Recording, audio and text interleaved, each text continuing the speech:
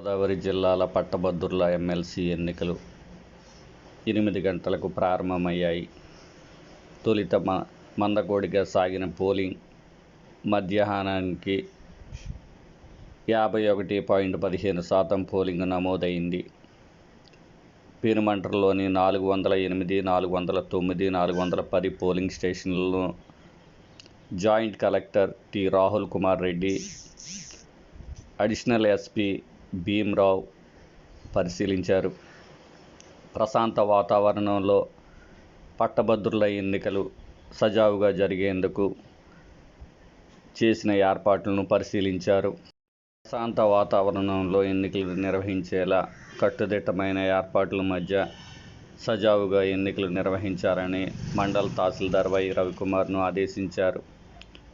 శాంతి భద్రతలకు విఘాతం కలగకుండా బందోబస్తు నిర్వహించాలని additional SP Bhimarao Penumantra SI స్వామిని ఆదేశించారు.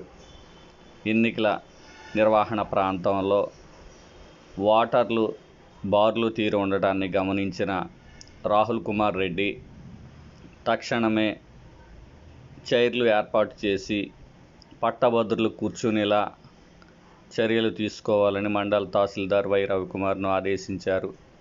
దీంతో తహసీల్దార్ హుటాహుటిన సామగ్రి రప్పించి ఓటర్లు కూర్చునేలా టెంటలు వేసి టెంటల్లో కూర్చునేలా ఏర్పాటు చేశారు. దీంతో ఎన్నికలు వచ్చిన ఓటర్లు ఎటువంటి ఇబ్బందులు పడకుండా ఓటు హక్కును వినియోగించుకుని గమ్యస్థానానికి చేరుతున్నారు. దీంతో పెనుమంట్ర మండలంలోని ఎమ్మెల్సీ ఎన్నికలు పోలింగ్ శరవేగంగా సాగింది.